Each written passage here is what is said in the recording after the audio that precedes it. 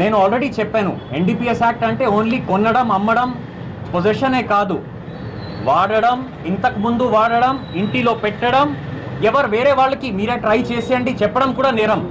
These are all offenses under NDPS Act and only the investigating team knows ఎవరు ఏం తప్పు చేస్తున్నారు.